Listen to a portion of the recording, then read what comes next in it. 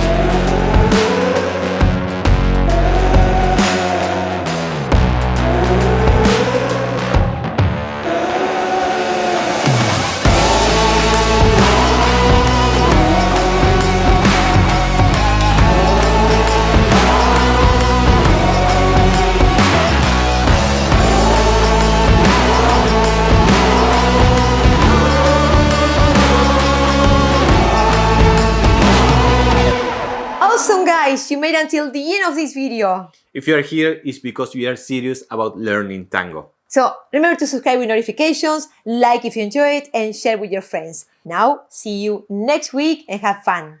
Bye, stay safe.